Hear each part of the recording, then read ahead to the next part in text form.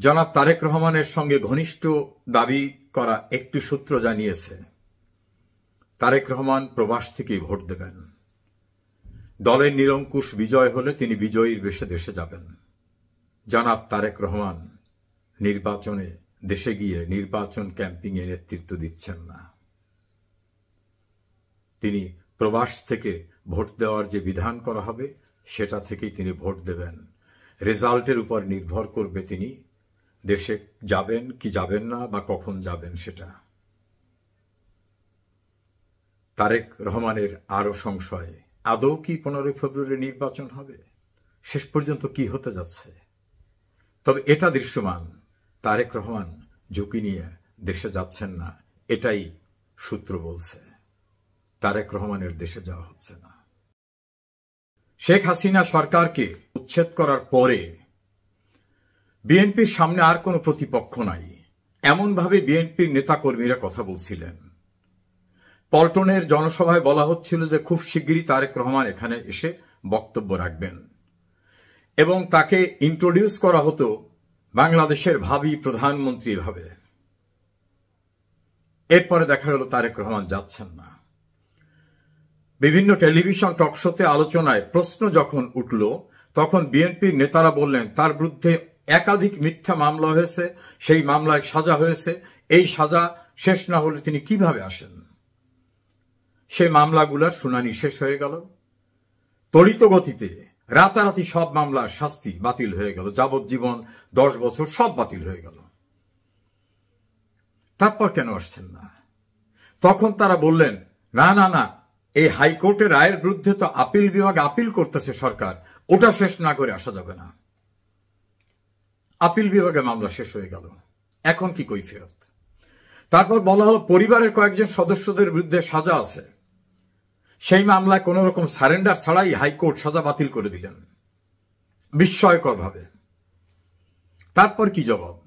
নিরাপত্তার অভাব আছে, বুলেট প্রুফ গাড়ি কিনতে হবে, প্রাইভেট সিকিউরিটি দরকার। সে প্রক্রিয়া অগ্রসরমান থাকা অবস্থায় তারেক রহমান কি দেশে যাচ্ছেন? বিশ্বস্ত একটি সূত্রের তথ্য, না, তিনি যাচ্ছেন না।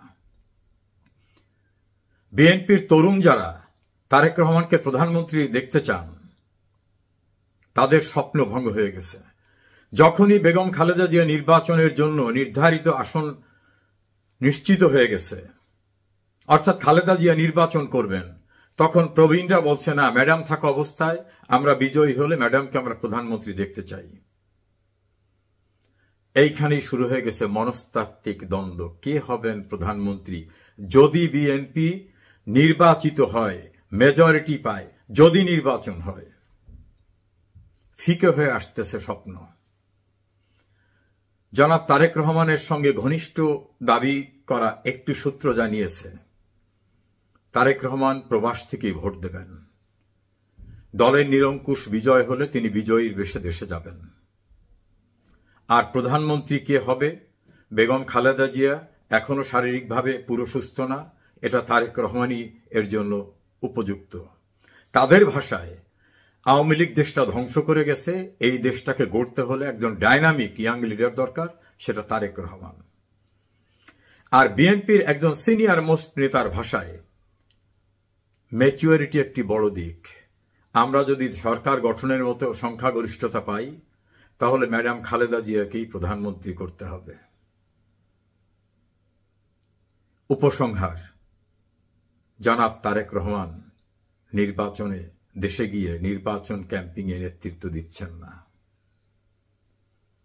তিনি প্রবাস থেকে ভোট দেওয়ার যে বিধান করা হবে সেটা থেকেই তিনি ভোট দেবেন। রেজাল্টের উপর নির্ভর করবে তিনি দেশে যাবেন কি যাবেন না বা কখন যাবেন সেটা। তারেক রহমানের আরো সংশয়, আদৌ কি 15 ফেব্রুয়ারি নির্বাচন হবে?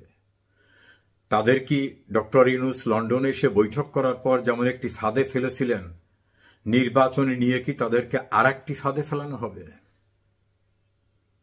বিএনপি চতুর্দিকে এখন অন্ধকার দেখছেন। জামাত দাম্ভিকতার সঙ্গে বলছে বিএনপিকে দরকার নাই, তারাই সরকার গঠন করার জন্য উপযুক্ত। নতুন প্রজন্মের এনসিপি তারেক রহমানের নামের পিছনে বিভিন্ন বিশেষণ দিয়ে বিশ্রী স্লোগান দিয়েছে, তার মায়ের নামের সঙ্গেও শব্দ ব্যবহার করে স্লোগান দিয়েছে। বন্ধু কারা? এই পরিস্থিতির ভিতরে দিশেহারা বিএনপির নেতৃত্ব কেউই জানে না কি হতে যাচ্ছে, কি হবে। একাধিক নেতার সঙ্গে কথা বলে জেনেছি তারা কেউ জানেন না তারেক রহমান কবে আসবে বা আদৌ আসবেন কিনা। হতাশ। আবার গুরুত্বপূর্ণ কিছু নেতা বিএনপির সেলিমা রহমান, নজরুল ইসলাম খান, রুহুল কবির রিজভী, শামসুজ্জামান দুদু, রুমিন ফারহানা, সৈয়দা আসিফা শাফি পাপিয়া, নীলুফার চৌধুরী মণি এবং বিএনপিতে দীর্ঘদিন গুরুত্বপূর্ণ একাধিক পদে থাকা সৈয়দ মোয়াজ্জেম হোসেন আলালদের মতো মানুষ মনোনয়ন পাননি। হতাশ। শেষ পর্যন্ত কি হতে যাচ্ছে? তবে এটা দৃশ্যমান, তারেক রহমান ঝুঁকি নিয়ে দেশে যাচ্ছেন না, এটাই সূত্র বলছে। তারেক রহমানের দেশে যাওয়া হচ্ছে না।